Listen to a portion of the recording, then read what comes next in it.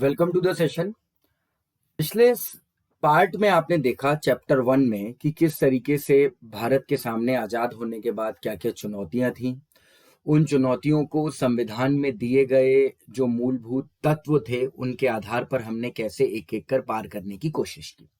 आज हम देखेंगे कि आजादी के कुछ समय बाद जब हमारा देश आजाद हो गया तो राजनीतिक परिक्षेत्र में क्या क्या परिवर्तन आए। तो अध्याय 2 का जो हेडिंग है वो यही है कि एक दल के प्रभुत्व का दौर, और वो दौर था भारतीय राष्ट्रीय कांग्रेस का।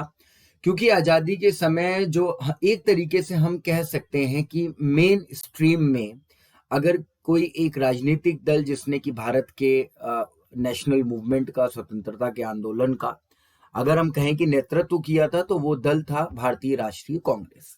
भारत के जो बड़े बड़े नेता थे, बड़े बड़े अधिवक्ता थे, ऐसे लोग जो लेजिस्लेशन में उस समय थे, वो सभी कहीं ना कहीं उस समय भारतीय राष्ट्रीय कांग्रेस से ही जुड़े हुए थे।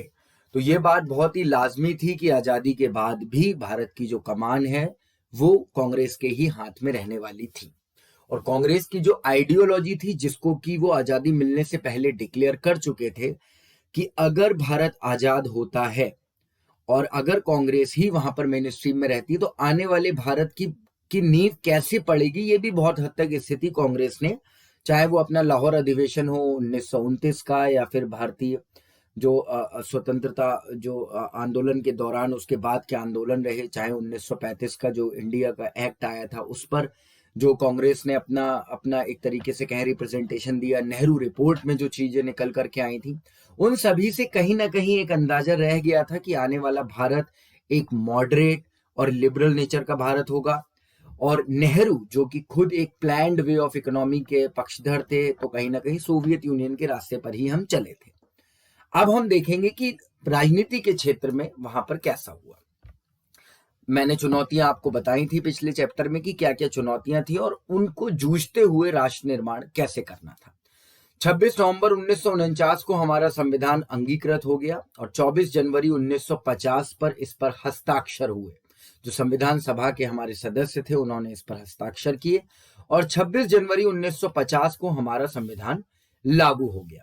उस वक्त देश का शासन अंतरिम, उस वक्त तक देश का शासन जो है वो एक अंतरिम सरकार चला रही थी। और 1951 में हमारे देश में पहले चुनाव हुए थे, लेकिन आप जानते हैं कि चुनाव ऐसे तो होते नहीं है।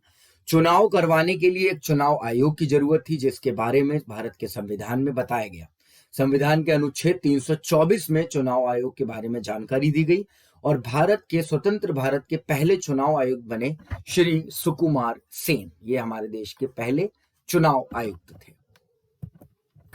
चुनाव आयोग ने पाया कि भारत का आकार और उसकी विविधता को देखते हुए चुनाव कराना एक ना तो बहुत आसान काम था, और चुनाव की जो मेन एसेंस है, यानी लोग वोट अपने मन से दे सकें और निष्पक्षता के साथ दे सकें, यह भी एक बहुत जरूरी काम था। क्योंकि लोकतांत्रिक व्यवस्था के अंतर्गत चुनाव होना था और लोकतंत्र का सीधा सीधा मतलब ही यही है कि लोग खुद में से ही लोगों को चुनेंगे निष्पक्ष तरीके से, और जो कि उन लोगों का एक तरीके से प्रतिनिधित्व करेंगे, है ना।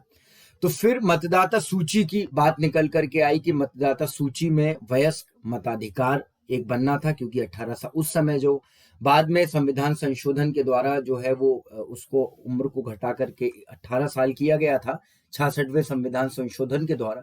इससे पहले ये उम्र 21 साल थी। तो मतदाता सूची एक तैयार होनी थी। इन दोनों कामों में बहुत सारा समय लगा। मतदाता सूचियों का पहला प्रारूप जब प्रकाशित हुआ तो पता लगा कि इसमें 40 लाख महिलाएं, क्योंकि आप जानते हैं कि रूरल इंडिया में, या हम कहें कि एक तरीके से उस समय जो व्यवस्थाएं बन गई थी उसकी वजह से महिलाओं को कई बार उनके नाम से नहीं जाना जाता था, किसी न किसी रिलेशनशिप के द्वारा उनको जो है वो इंडिकेट किया जाता था। तो इस पॉइंट को आप ध्यान में रख सकते हैं कि अगर आपसे क्वेश्चन पूछा जाता है कि भारत के चुनाव आयोग या भारत की जो मतदान प्रक्रिया है वो कहां से शुरू हुई थी, और आज जब हम दुनिया की सबसे बड़ी डेमोक्रेसी के रूप में रजिस्टर हो चुके हैं, तो उस समय तक हमने ये रास्ता कैसे तय किया है।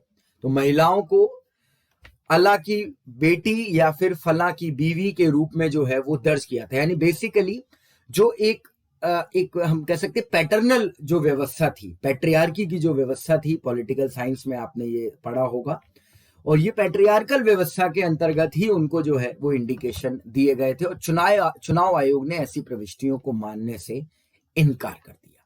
इसके बाद फैसला किया गया कि ऐसी प्रविष्टियों को हटाया जाएगा और नए सिरे से जो है वो ये सारा काम होगा। उस वक्त देश में 17 करोड़ मतदाता थे, इनमें से 3200 विधायक और लोकसभा के लिए ध्यान रखिएगा उस समय 489 सांसद जो है हुआ करते थे। आज की डेट में 543 + 2 ये सांसदों की संख्या है लोकसभा में। इन मतदाताओं में महज 15% साक्षर थे। इस कारण चुनाव आयोग को मतदान की विशेष पद्धति के बारे में भी सोचना पड़ा। यानी ऐसे लोग जो लिख करके इंडिकेशन नहीं दे सकते हैं तो वहां पर एक मोहर के द्वारा या फिर लोग पहचान सकें। आपको ये चीज पता होनी चाहिए, जो चुनाव चिन्ह की व्यवस्था की गई है वो चुनाव चिन्ह की व्यवस्था इसीलिए की गई है कि जो लोग कम पढ़े लिखे हैं वो चीजों को पहचान करके अपना वोट दे सकें। चुनाव को कराने के लिए 3 लाख से ज्यादा सरकारी अधिकारी और चुनाव कर्मियों को प्रशिक्षित किया गया। अब यहां पर क्रिटिक होना बहुत जरूरी था। आप जानते हैं कि जब भारत आजाद हुआ था तो दुनिया भर के बहुत से बड़े बड़े पॉलिटिकल एनालिस्ट ये मानते थे कि ये जो प्रयोग भारत ने किया है ये प्रयोग कहीं ना कहीं सफल नहीं हो पाएगा, ये जो लोकतंत्र का प्रयोग था। तो ऑर्गेनाइजर नाम की एक पत्रिका थी, उन्होंने लिखा कि ये इतिहास का सबसे बड़ा जुआ है और जवाहरलाल नेहरू अपने जीवित रहते ये देख लेंगे और पछताएंगे कि भारत में सार्वभौम मताधिकार यानी यूनिवर्सल एडल्ट फ्रेंचाइज जो है वो असफल रही। ये ऑर्गेनाइजर पत्रिका ने दावा किया था। इंडियन सिविल सर्विस के एक अंग्रेज नुमाइंदे का दावा था कि आने वाला वक्त और भी ज्यादा जानकार और बड़े विस्मय से लाखों अनपढ़ लोगों के मतदान की यह बेहूदी नौटंकी देखेगा। तो ये लिटरली शब्द एनसीईआरटी की बुक में लिखे हुए हैं और ये लिटरल शब्द हैं जो कि उन लोगों ने दावे किए थे और इसीलिए इन लोगों ने ये कहा था कि कहीं ना कहीं भारत नहीं स्टैंड कर पाएगा। लेकिन चुनाव हुए। हम कह सकते हैं कि उस समय बहुत ज्यादा पॉलिटिकल पार्टियां नहीं थी और लोग भी ज्यादा पढ़े लिखे नहीं थे, या फिर हम कह सकते हैं कि उस समय प्रायोरिटीज अलग अलग थी। उस समय जब हम आजाद हुए थे तो हमारी जो आम जनता थी वो अपने नेताओं की तरफ बहुत ही आशा भरी उम्मीदों से देखती थी, बहुत ही आशा भरी निगाहों से देखती थी। उनको लगता था कि ये लोग हमारे देश को बदलेंगे। लॉन्ग टर्म में ये चीज हमारे देश के लिए थोड़ी घाटे की भी साबित हुई, लेकिन कहीं ना कहीं इस प्रॉपर्टी की वजह से जो एक इनबिल्ट नेचर है इंडियन लोगों का लोकतांत्रिक तरीके का फॉलो करने का, इस इनबिल्ट तरीके की वजह से ही आज हम दुनिया की सबसे बड़ी डेमोक्रेसी बनकर उभरे। तो आप देखिए पहले चुनाव के बाद जो पेपर, इस चैप्टर का जो टाइटल है एक दल का प्रभुत्व, तो वो एक दल के रूप में कांग्रेस निकल करके आई और आप देखिए जम्मू कश्मीर और केरल के अलावा लगभग सभी राज्यों में कांग्रेस का ही प्रभुत्व रहा। केरल में जरूर लेफ्ट फ्रंट की गवर्नमेंट बनी थी। तो इस तरीके से आपने देखा लोकसभा की 489 सीटें थी, जिसमें से मुश्किल से 100 सीटें जो है वो बाकी पार्टियों को मिली और लगभग बाकी 3/4 ऑफ जो सीट है वो कांग्रेस के ही खाते में आई। उसके बाद अगर आप देखें 1957 में भी ग्राफ लगभग वैसा ही रहा। अन्य की संख्या जो है वो कम हो गई। जो अन्य 34 के आसपास जीते थे वो अन्य केवल 12 रह गए और यहां पर आप देख सकते हैं कि नंबर जो बढ़ा वो सीपीआई का नंबर बढ़ा।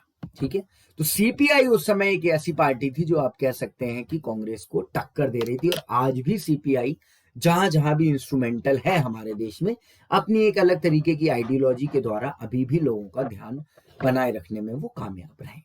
तो ये उस दौर का हमारा लोकतांत्रिक एक जो व्यवस्था बनी, जो पहले एक शिशु की भांति भारतीय लोकतांत्रिक व्यवस्था बढ़ रही थी, उसका खाका आपने चैप्टर 2 के पार्ट 1 में देखा।